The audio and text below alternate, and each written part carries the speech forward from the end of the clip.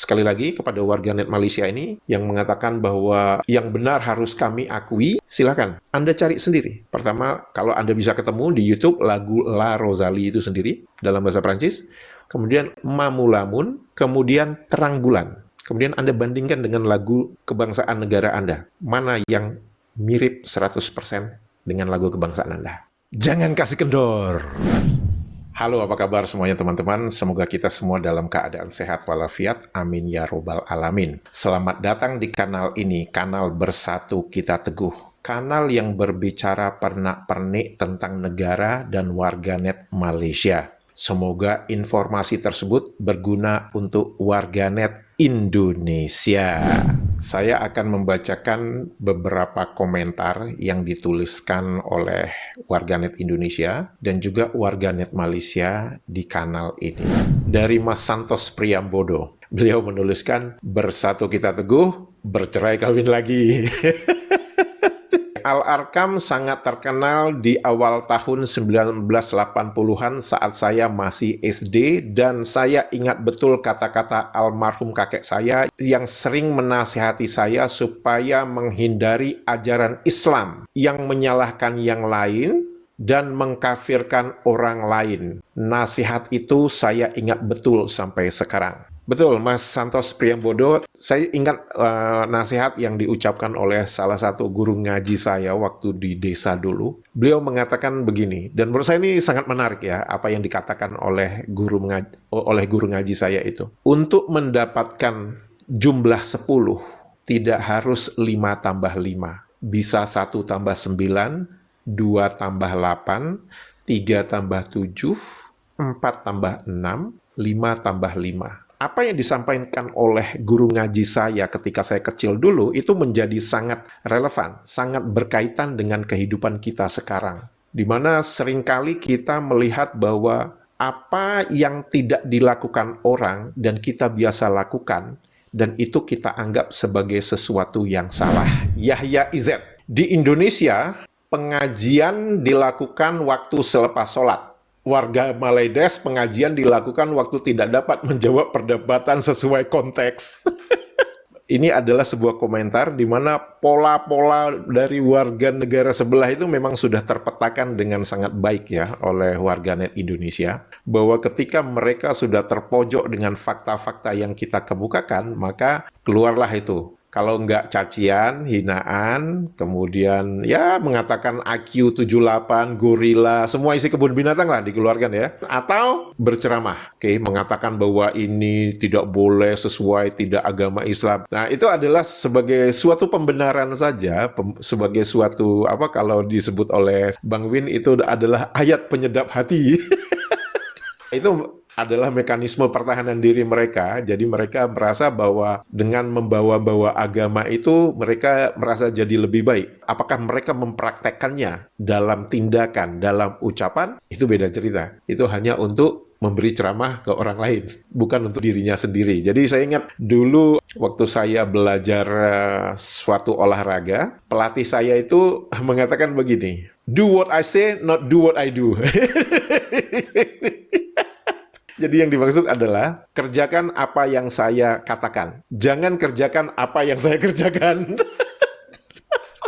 Bacakan beberapa komentar yang berkaitan dengan meninggalnya seorang pendaki warga negara Malaysia di Gunung Rinjani. Dan saya bicarakan itu di video saya sebelumnya. Ini adalah tulisan dari Mas Ahmad Faizin. "Saya orang Lombok, Nusa Tenggara Barat dan pernah mendaki Gunung Rinjani pada tahun 1985, di mana saat itu akses ke Rinjani tentu tidak sebaik sekarang. Satu hal yang saya pahami bahwa Gunung Rinjani dianggap sakral dan mistis, seperti halnya banyak gunung di Indonesia, sehingga para pendaki diharap selalu menjaga sikap, perbuatan, dan ucapan. Jangan kemaki, kemelinti, pecicilan," bahasa Jawa.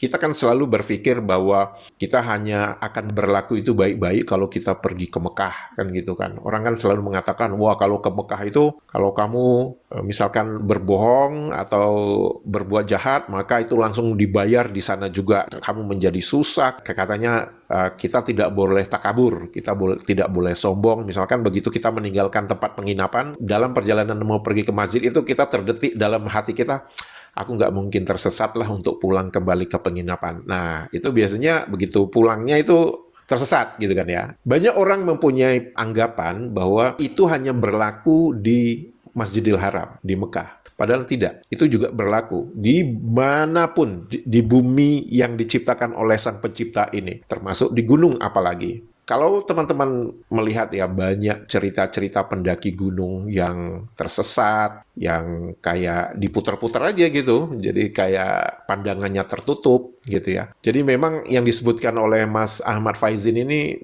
memang betul, bahwa menjaga sikap, perbuatan, dan ucapan. Jadi nggak usah sok-sokan, nggak usah pecicilan. Kita menghormati orang sebagaimana kita mengharapkan orang ingin menghormati kita. Itu saja. Jadi kalau ada orang yang inginnya dihormati tapi tidak mau menghormati, ya wassalam.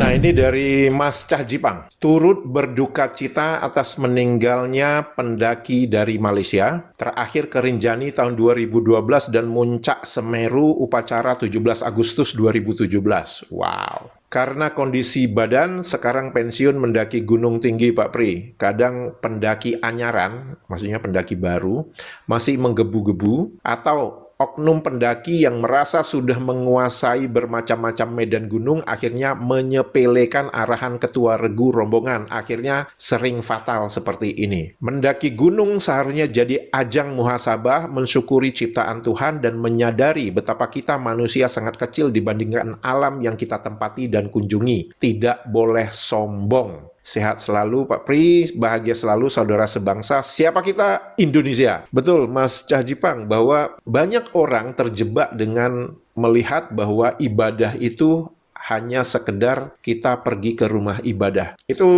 sering ya kita melihat itu. Udahlah ngapain, udah tua gini, padahal masih sehat gitu ya. Ya tetaplah melakukan aktivitas seperti biasa. Kita tidak tahu kan, para pendaki itu mungkin saja, seperti yang Mas Cah Jipang sebutkan, bahwa mendaki gunung seharusnya jadi ajang muhasabah, mensyukuri ciptaan Tuhan. Saya ingat ya ketika pertama kali saya mendaki Gunung Ungaran yang di Semarang Selatan ini. Ketika saya bangun pagi, saya membuka kemah saya itu dan saya melihat hamparan awan di bawah begitu ya. Dan saat itu matahari belum terbit. Saya bilang, ya Allah, ini indah banget ya. Yang seperti Mas Cah Jipang sebutkan, bahwa itu sebagai untuk mensyukuri ciptaan Tuhan. Ibadah itu tidak terbatas dalam ruang. Bukankah bumi ini yang menciptakan Sang Pencipta? Jadi ruang kita itu sebenarnya sangat luas. Gitu. Nah, ini dari kurang tidur. Naratif tidak sesuai dengan angan-angan, maka marah-marah, sumpah serapah, caci maki, dan doa buruk solusinya. Ini ketika beliau mengomentari salah satu komentar dari warganet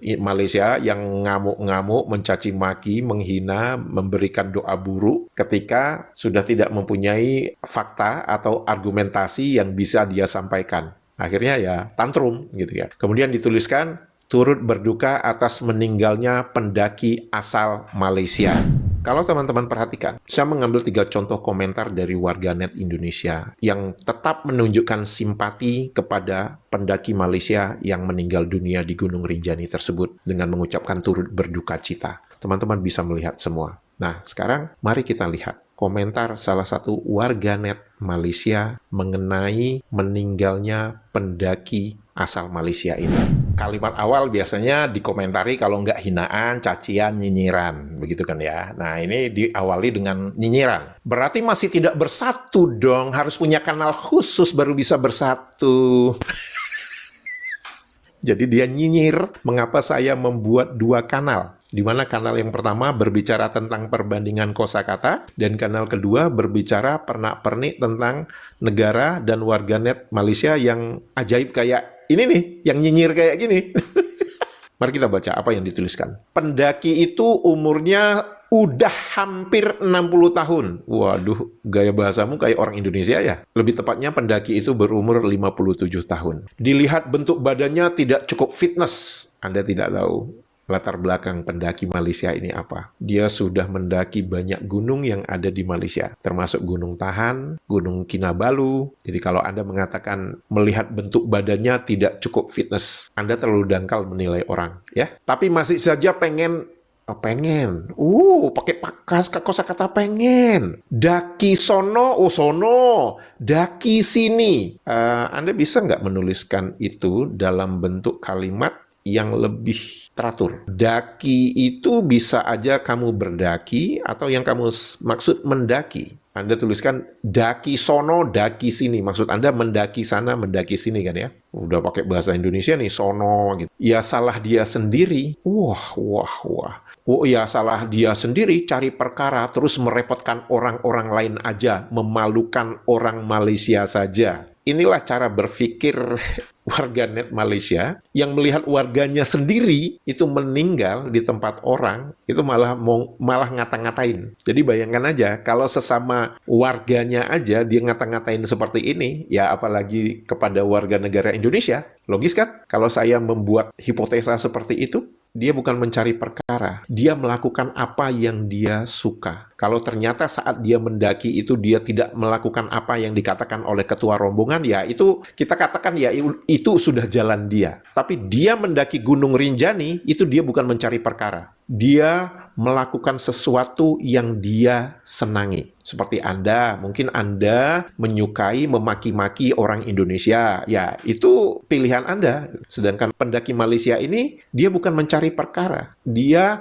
ingin naik Gunung Rinjani, menikmati keindahan alam, menikmati kebesaran hasil ciptaan Sang Pencipta. Jadi kalau Anda mengatakan dia mencari perkara, Anda salah besar. Kemudian dari Mas Wahyu, ianya mewakili macam mana perangai dan tabiat orang Malaysia sebenar. Jangan main-main dengan alam Indonesia, itu amaran bagi korang semua. Nah, saya jadi teringat ya ketika salah satu blogger atau vloggernya Malaysia yang ngaku-ngaku tersesat, ingat kan? Yang katanya dia tersesat, tapi ternyata itu semua settingan, bohong gitu kan. Saya itu selalu berpikir, kenapa kalau memang dia nih berani, vlogger ini berani, ya udah coba lu naik gunung, terus lu bikin cerita kalau lu berani, lu cerita seolah-olah lu tuh hilang, nggak bisa ditemukan, hilang beneran lu. Coba aja kalau berani, ya. Dari Andi Nuno, sudah mulai terbiasa dengan tata bahasa Indonesia, Pak. Karena dia nulis apa? Udah, kemudian pengen, sono, merepotkan. Repot itu bukan bahasa yang biasa digunakan oleh warganet Malaysia ya. Kemudian dari Mbak Asri Suryani, bahasa gaul Indonesia juga sangat fasih itu Bang. Setelah ini dia ngamuk-ngamuk tuh. Komentar berikutnya dari Lambosan. Kalau sudah kalah argumentasi, auto nyamar jadi orang Indonesia. Ini ketika berkomentar kalau misalkan warganet Malaysia itu mulai kalah argumentasi, maka dia berusaha untuk menggunakan bahasa Indonesia supaya orang Indonesia berpikir bahwa ini sebenarnya orang Indonesia. Enggak. Anda mau menyamar, mau menggunakan bahasa Indonesia, silahkan. Tapi warga negara Indonesia akan tahu. Ini bukan warga Indonesia yang menulis seperti ini. Jadi silahkan kalian mencoba menyamar dengan menggunakan bahasa Indonesia. Ya saya harus berterima kasih karena dengan itu berarti Anda mempelajari bahasa Indonesia, ya. Terus dibalas oleh salah satu warganet Malaysia, kami tak sombong macam kau. Sombong atau nggak sombong itu hubungannya apa? Lambosan ini mengatakan bahwa kalau sudah kalah argumentasi atau nyamar jadi orang Indonesia. Sekarang mari kita lihat ya, dia mengatakan kami tak sombong macam kau. Yang benar harus kami akui, yang salah harus dilawan dengan fakta, mudah aja. Ini menarik. Kenapa? Karena dia sudah membuka pintu untuk saya bisa berbicara tentang hal yang diobrolin di dalam kolom komentar ini. Sekali lagi ya, saya pegang omongan dia. Yang benar harus kami akui, yang salah harus dilawan dengan fakta. Mudah aja, ya. Kita pegang itu dulu. Kemudian dibalas oleh Mas Wahyu SY. Fakta, hoax kau jadikan fakta, fakta kau jadikan hoax. Kemudian dari Lambosan menjawab, fakta yang mana?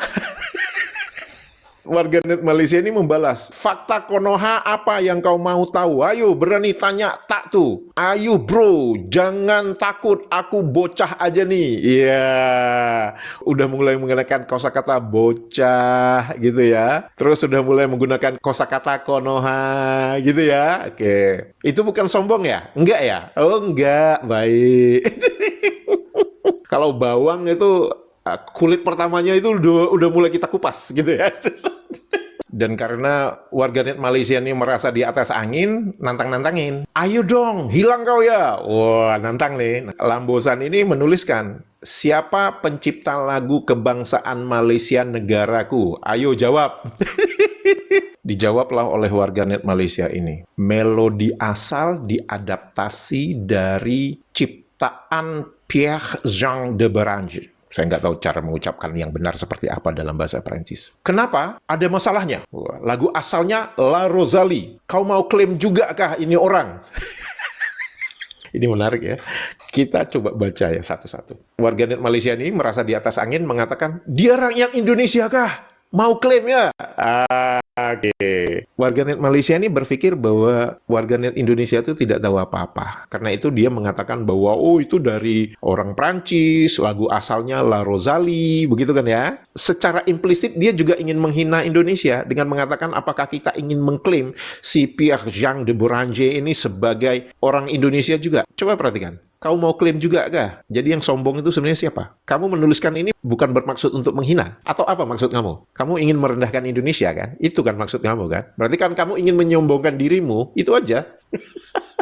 Oleh karena itu saya katakan bahwa kalian itu kadang-kadang kalau berbicara itu hanya do what I say, not do what I do. Ngerti kan maksud saya?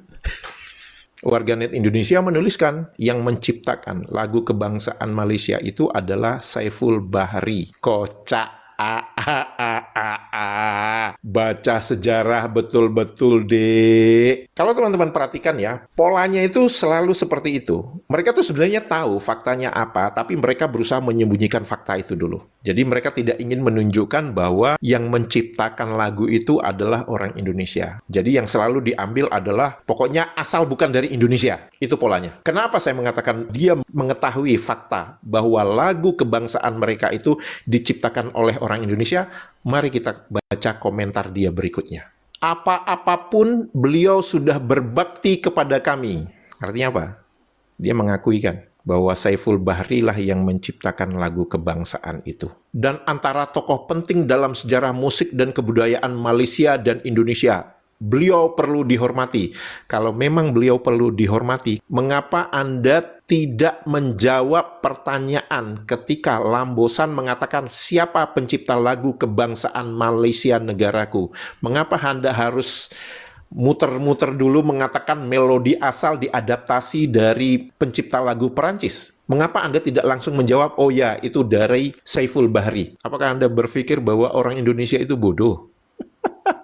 Sehingga Anda coba menyembunyikan itu dulu semua. Kembali kepada pernyataan awal dari warganet Malaysia ini yang menuliskan, kami tak sombong macam kau. Yang benar harus kami akui. Apakah kamu mengakui pada kali pertama ketika pertanyaan dari Lambosan itu mengatakan siapa pencipta lagu kebangsaanmu? Kamu tidak menjawab langsung pertanyaan itu. Sebenarnya gampang aja kan Anda menyatakan, oh itu diciptakan oleh Saiful Bahri. Tapi Anda mencoba menyembunyikan fakta itu dengan mengatakan, oh itu berasal dari lagu Prancis yang berjudul La Rosalie. Disebabkan Anda mengatakan yang benar harus kami akui, mari kita berbicara tentang lagu kebangsaan Anda. Anda mengatakan bahwa lagu kebangsaan Anda itu diadaptasi dari lagu Prancis La Rosalie. Coba deh Anda cari di YouTube apakah ada versi asli lagu La Rosalie di dalam YouTube. Silakan Anda cari. Karena Anda mengatakan yang benar harus kami akui, sekarang saya ingin menunjukkan kepada Anda, coba Anda lihat ada di YouTube lagu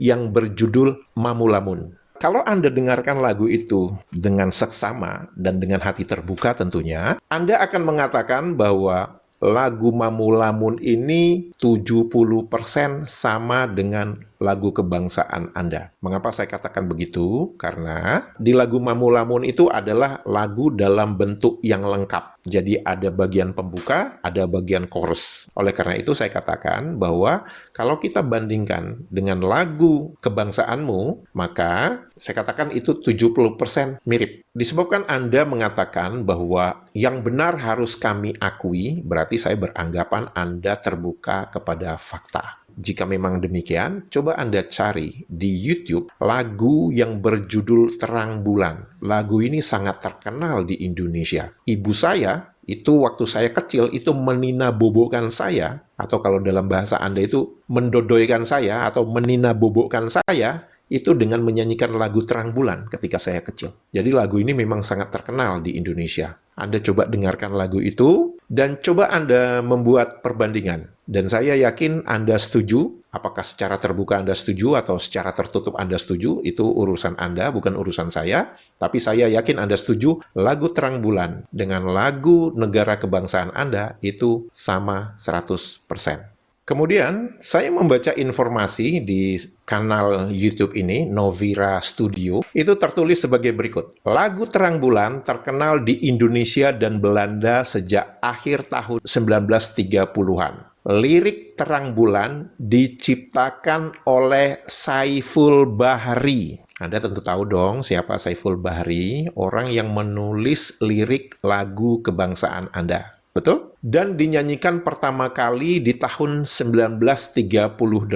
Yang dimaksud adalah lagu Terang Bulan. Saiful Bahri pernah dipercaya sebagai direktur musik di perusahaan film negara Malaysia pada tahun 1960-an. Fakta ini salah. Kenapa? Lagu negara kebangsaanmu kan diciptakan tahun 1957. Jadi kalau dikatakan 1960-an, berarti kan 60 ke atas. Gitu ya, cara kita menganalisa sebuah informasi. Jangan ditelan bulat-bulat seperti itu, ya. Lagu Terang Bulan ini telah digubah dalam berbagai versi dan dinyanyikan oleh banyak penyanyi, baik penyanyi Indonesia maupun Belanda. Irama lagu ini juga dijadikan sebagai irama lagu kebangsaan salah satu negara Asia Tenggara dan diberi judul Negaraku. Pada tahun 1947, Felix Mendelssohn and His Hawaiian Serenade merilis lagu ini dengan judul Mamulamun. Di tahun 2009 muncul kontroversi tentang asal-usul lagu ini.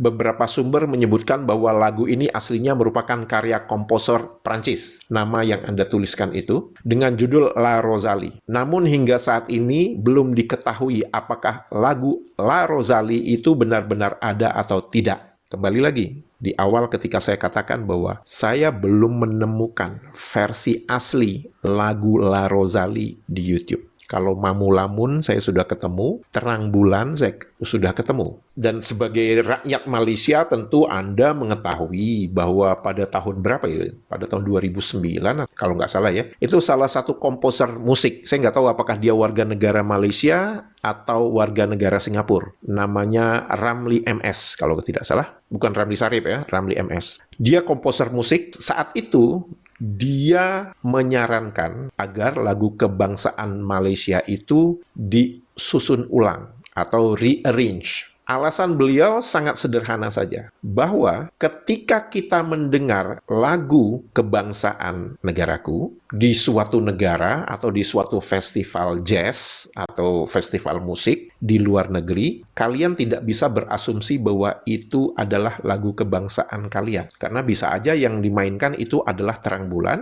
atau Mamulamun, atau bahkan La Rosalie. Dengan berangkat dari niat seperti itu, maka Ramli MS ini mengusulkan agar di rearrange komposisi lagu kebangsaan Malaysia. Bagaimana reaksi rakyat Malaysia saat itu mendengar usulan dari Ramli MS ini?